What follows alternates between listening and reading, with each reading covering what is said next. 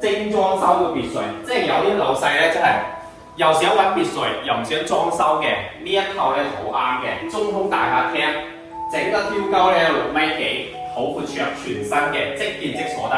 咁我哋可以從呢度睇下，呢邊咧只係我哋別墅嘅後花園。後花園咧，你可以自己睇翻點樣個用途去設計。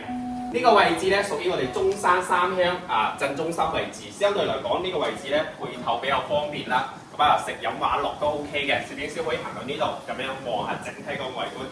咁相對嚟講咧，如果當你選擇咗呢個別墅咧，你嘅生活配套第一比較方便，第二咧佢係屬於單邊位嘅。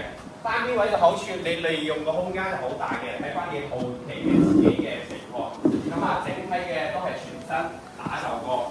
相對嚟講，你真係拎個包翻嚟入住就 OK 啦。呢邊咧就係相對嚟講係我哋呢間別墅嘅前面啦，喺門前你可以停好多架車，甚至你唔想停路邊嘅時候咧，停喺自己花園都可以嘅。咁喺呢個位置，我哋望下整體嘅環境。OK， 咁一樓基本上嘅情況咧就係單邊位，有前後花園嘅。咁我哋可以入嚟睇下裏面嘅情況。咁裏面主要係有一樓餐客廳同埋一個長者房，我哋優先睇下呢個長者房，因為我覺得一樓有間長者房，相對嚟講會方便好多。日常你一啲長者過嚟居住嘅時候咧，更加方便。開放式嘅廚房，你可以擺得落好多嘅嘢，食飯位置啦，餐客廳啦，仲有雙門大冰箱啦。咁兩邊咧做埋餐邊櫃，咁你係可以擺得落你好中意嘅酒啦，或者包包各方面嘅嘢都可以嘅。咁我覺得呢間別墅咧就可以節約咗好多老細嘅時間。你甚至真係講句唔好聽嘅，你真係攞個包翻嚟入住就 OK 啦。咁我哋喺呢個2樓，你可以喺呢個位置感受下整個別墅嘅中空大客廳有幾舒服。個人覺得呢個別墅睇起身咧，其實都幾高端嘅。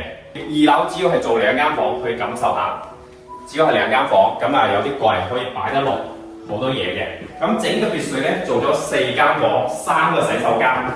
整個別墅嘅建築面積咧，就如果計翻香港嘅話，大概1700尺，但係實用嘅面積咧，大概有2800幾尺嘅，即係有埋花園，有埋露台，有天有地。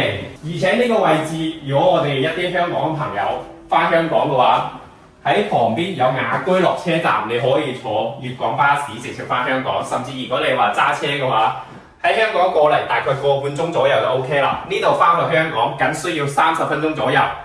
呢個係主人房嚟嘅，比較闊綽，包括啲冷氣櫃床全部包埋晒㗎啦。咁呢個位置咧有一個洗手間，有埋一啲女士嘅衣帽間，相當於男女士加埋一齊嘅一個空間嚟嘅。出面咧有個星空露台，你可以擺落去好多嘢飲下酒BBQ 係 OK 嘅。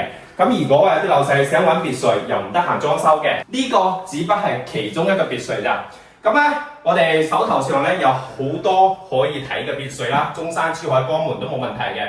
咁相對嚟講，珠海嘅話清水樓都要200幾萬，靚少少要500幾萬。如果話你大裝修嘅，點要700-800萬。如果係300萬咧，喺珠海都揾唔到靚別墅嘅。但係呢度咧200零萬、300萬、100零萬嘅別墅都有。相對嚟講，中山嘅別墅性價比高啲嘅。如果有人同你講，哇！啲人咧話珠海100零200萬可以買到別墅大裝修喎，5層喎，幾大咧，一定係假片，呃你過嚟睇樓嘅。